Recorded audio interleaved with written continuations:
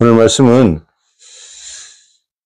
하나님이 말씀하시는 의가 뭐고 죄가 뭐냐 이걸 한번 나눠볼 텐데 이제 기독교가 너무나 인본주의가 돼버리고 세속주의가 됐다는 말은 하나님의 말씀보다는 세상이 판단하는 사람이 판단하는 것이 더 중요하게 여겨져 버렸어요. 무슨 말 하냐면 사회법이나 윤리나 도덕은 누가 만든 거예요? 사람이 만든 거잖아요. 근데 그것이 교회 안에서 훨씬 중요하게 여겨졌어요. 왜 그러냐면 사단이 교회를 점령했다고 봐야 되기도 하고 또 인본주의나 사람 중심이 세속주의가 교회 안에 완전히 들어와 버렸다고 볼 수도 있어요. 그러니까 쉽게 말하면 성경은 모든 사람이 죄인이라고 그러잖아요. 모든 사람이 죄를 범하였으면 하나님의 영광에 이르지 못한다고 그래요. 그런데 우리는 다른 사람을 죄 있다, 죄 없다 판단할 수가 없잖아요. 근데 다 판단을 하잖아요. 윤리적인 죄, 도덕적인 죄, 사회적인 죄, 이런 죄를 가지고 계속 판단을 하는데 그것이 교회 안에서 똑같이 이루어지고 있다는 거예요.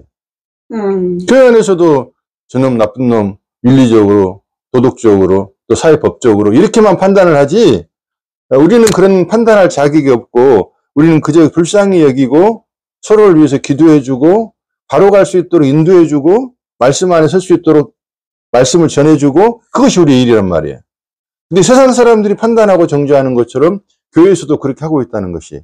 근데 판단하고 정죄하는 것이 예수님의 마음이나 하나님의 말씀을 근거해서 하는 것보다도 너무나 도덕적이고 윤리적이고 사회법적으로 하고 있다는 거예요. 제가 이제 장애인 가르치잖아요. 직무지도를 하는데 하나는 손이 이렇게 전혀 기능을 못 써요. 또 한 사람은 들을 수가 없어요. 또 한 사람은 숫자를 못 세요. 열 이상을 못 세. 또 한 사람은 지능이 낮아. 지능이 낮은 사람이 두 사람 있고, 또 귀가 안 들리고 손을 못 쓰고, 이게 손에 성경에 혈기 마른 자 나오잖아요. 그런 것처럼 손이 이렇게 말라서 힘이 전혀 없으니까 못 쓰는 거죠. 근데 이제 이런 걸 보면서 제가 지난주 수요일 날 말씀드렸잖아요. 수요일 때 제가 성남시에 설교하러 갔잖아요. 그때 그 장님이 오셨어요. 소경이 오셨는데 그 소경을 이끌고 온 그 사람이 뭐라고 말하냐면 목사님 그러더니 사람들이 장애인들을 사람 취급 안 한다고. 그래서 제가 사람 취급을 하지 않는 그 사람이 사람이 아니라고 그랬거든요. 사람을 사람이 아니라고 그러니까 그 사람 아닌 거지 짐승인 거죠.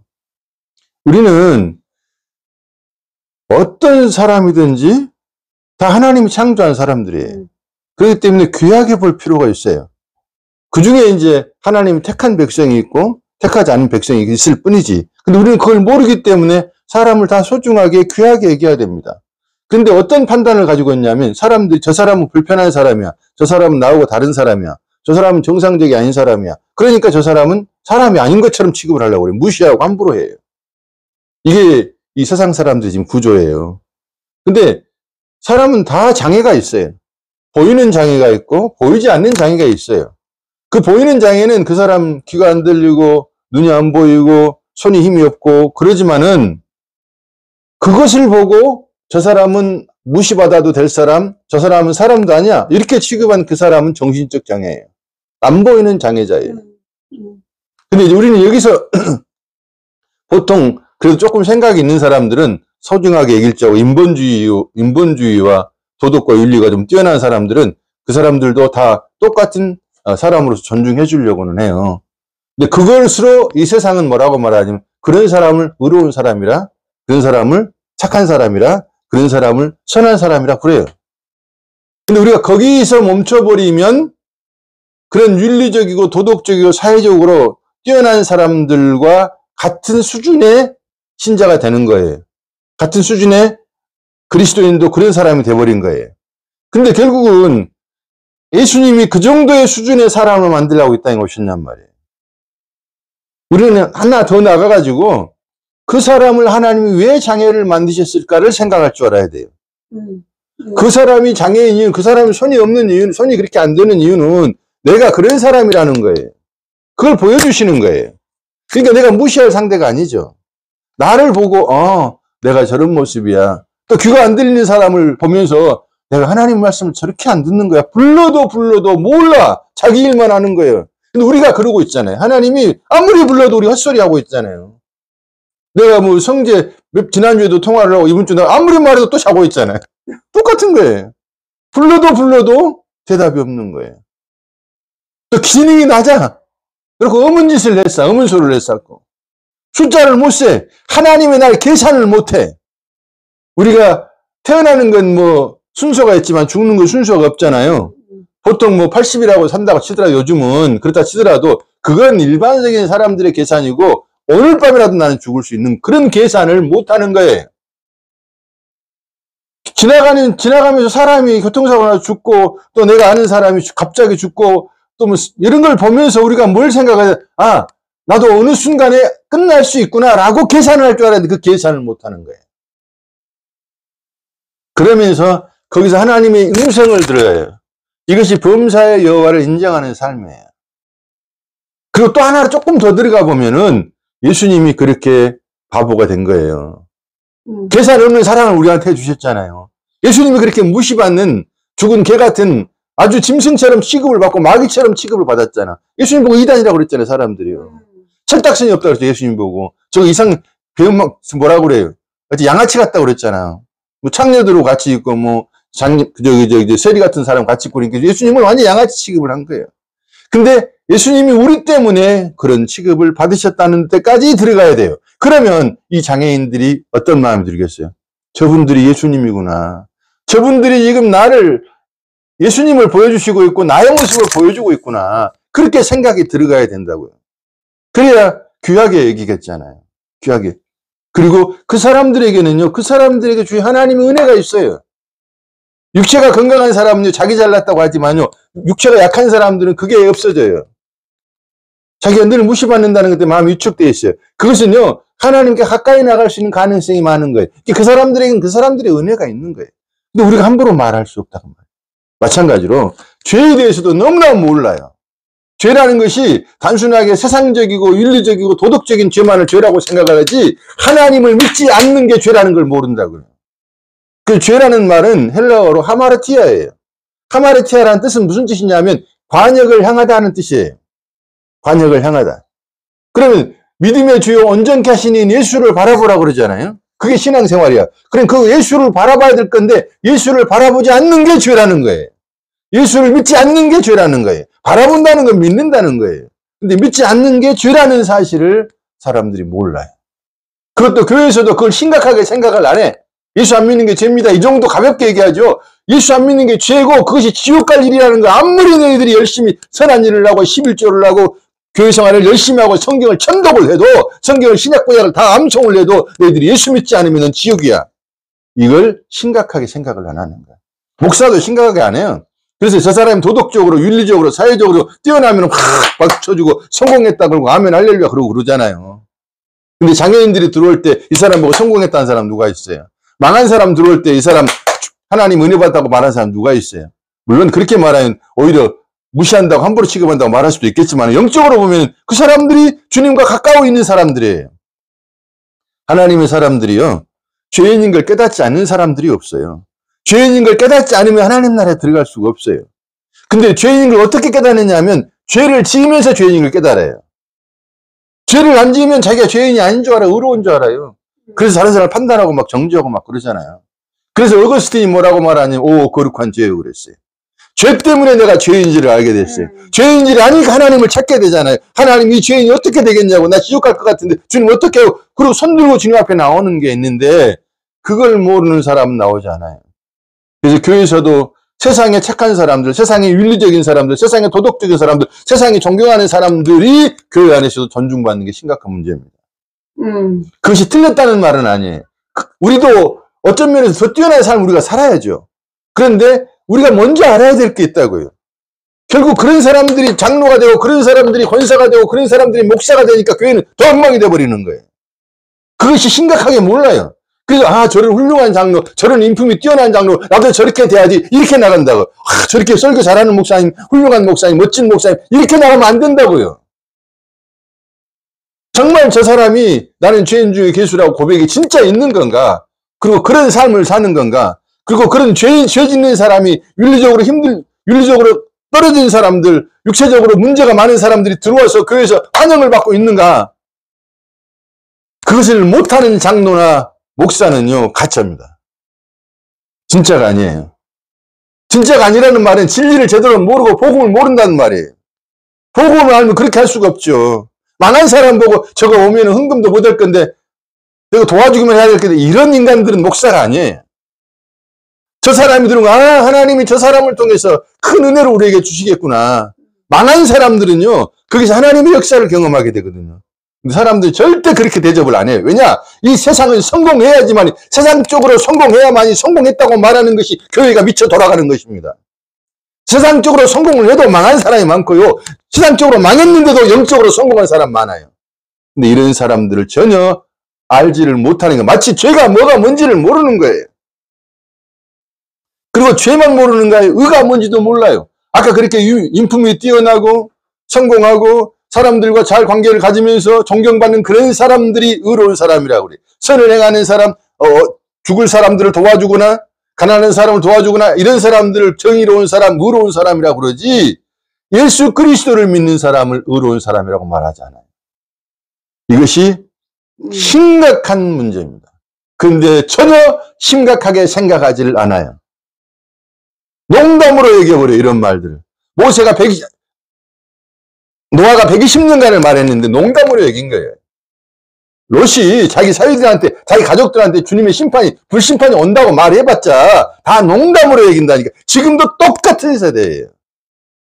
피리를 물어도요, 춤을 안 춘다니까요. 물어도요, 울지를 않는 세대예요. 얼마나 갈수록 뻔뻔해지고요. 아주 두렵고 떨림 없는 지금 세대가 이거예요. 그리고 열심히 교회만 나가고 성경만 열심히 보고 기도하면은 잘하는 걸로 생각하래요. 그러면서 열심히 기도하는 이유가 하나님으로부터 응답받기 위한 것이에요. 자기의 목적을 이루기 위한 것이. 또는 다른 사람보다 내가 더 기도한다는 경건을 드러내려고 그래요. 말씀을 많이 알고 설교 연구를 열심히 하는 이유도 내가 다른 목사보다 설교 잘한다는 그런 폼을 잡으려고 하면 안 되는 거거든요. 근데 그런 경우들이 너무나 많아요. 성도들을 더 모으기 위해서 어떤 술수를 쓴다는 말이에요. 단순하게 복음을 전하면요, 복음을 전하는 그 사람은 반드시 핍박을 받게 돼 있어요. 근데 그거 안 하거든요. 사도들이 다 핍박받아 죽었어요. 순교했어요. 그 길을 걸어가는 사람 누가 있냐 그 말이에요. 좁은 문으로 걸어가라 가니까 좁은 문 안 가려고 해요. 힘들거든. 그래서 목사하기가 정말 참된 그리스도인의 길을 가기가 쉽지가 않는 건, 복음을 제대로 말하면 누가 얼마나 따라 붙겠어요. 십자가의 길을 말하는데. 오늘 우리가 분명히 알 건 뭐냐면 모든 사람이 죄를 범하였음에 하나님의 영광을 이루지 못한다. 그 말은 한 사람도 예외가 없다 그 말이에요. 오직 예수 그리스도만 하나님께 영광을 돌릴 수 있는 것이고, 예수 그리스도만 하나님 앞에 의롭다함을 얻는 것이고, 예수 그리스도 안에 있는 사람만 하나님께 영광을 돌리고 그 사람만 하나님 앞에서 의롭다함을 얻는 것이에요. 근데 그 예수 안에 있는 것을 알려줘야 되고 예수 안에 사는 것을 알려줘야 되는데 그것이 안 돼 있는 거예요. 안 돼 있는 이유 중에 한 가지가 목사들이 복음을 잘 몰라요. 제가 볼 때는. 나도 모르지만은 너무 모른다 싶어요. 너무나 섞어져 있어요. 열심히 듣고 있는 어떤 전도사님이 그러대요. 인자, 목사들이 너무나 섞어져서 설교를 하는 거구나. 복음이 없구나라는 것을 깨닫던, 섞어져 있는 건 없는 거예요. 예를 들면 이거예요. 농약을 2방울 섞었네요. 나머지 큰 클래스에 주스가 있네요. 주스 안에 농약 2방울이 있어요. 맛있죠? 근데 그걸 먹으면 죽는 거예요.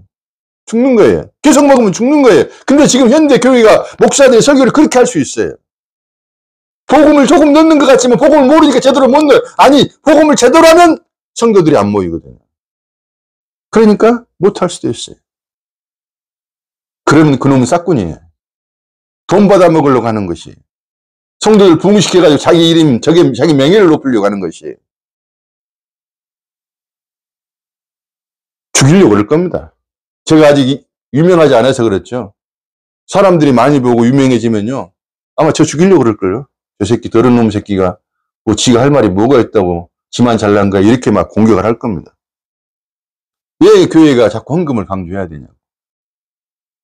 헌금도 어떻게 보면 자기 살을 깎아서 내는 것과 똑같은 거거든요. 근데 복음을 제대로 알고 내면은 그것이 하나님께 영광이 되고 은혜가 되는 거예요. 복음을 모르고 내면 다 기복으로 빠져버려요. 내가 이렇게 귀한 걸 드리니 하나님 나에게 주셔야지 이렇게 나간다니까요. 그러면 안 되는 거예요. 목사들 뭐 배 채우려고 헌금하는 것도 아니고요. 애부당 지려고 헌금하는 것도 아니잖아요. 하나님의 뜻이 이루어지고 하나님의 사업이 복음 전파가 이루어지기 위해서 우리가 헌금하고 거룩한 성도들이 모여서 또 떡을 떼며 나누며 예찬을 하려고 또 헌금해서 그걸 사용하고 그러잖아요. 그러니까 참 너무나 많이 지금 멀어져 있다, 빗나가 있다. 결국은 뭐냐? 진리를 잘 모르고 있다. 복음을 잘 모르고 있다. 그러면서 목회를 하니까 사람 미치겠는 거지. 성도들은 아무것도 모르고 따라가요.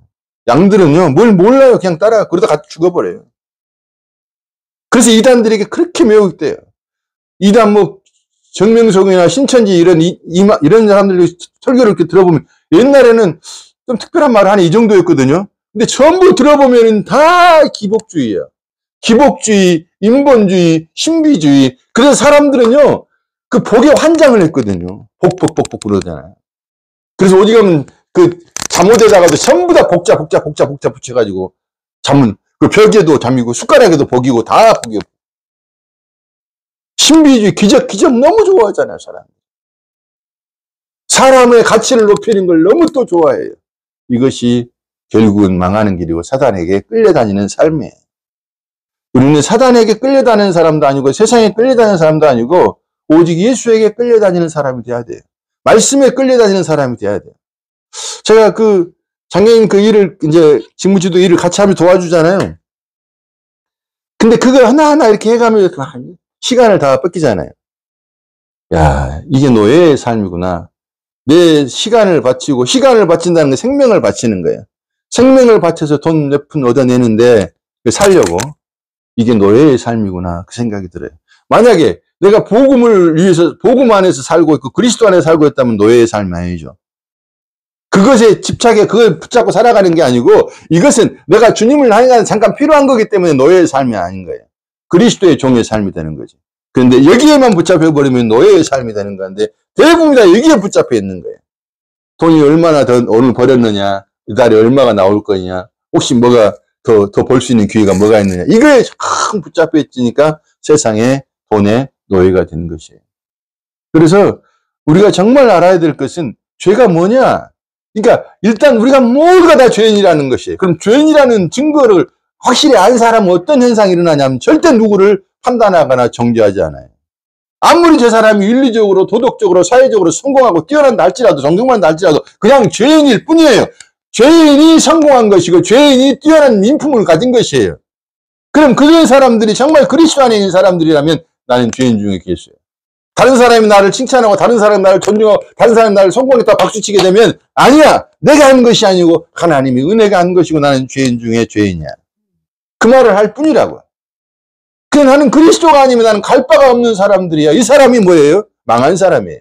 세상적으로는 성공했어요. 세상적으로 존중받아요. 근데 그 마음속에 나는 주님이 아니면 망하는 사람이고 주님이 아니면 나는 갈 바가 없는 사람이야. 주님이 나를 인정해 주면 나는 아무것도 아니야. 나를 아는 사람들이 이 땅에서 망한 십자가의 길을 가는 사람이에요. 십자가는요. 철저하게 죽음의 삶이에요. 망한 삶이에요.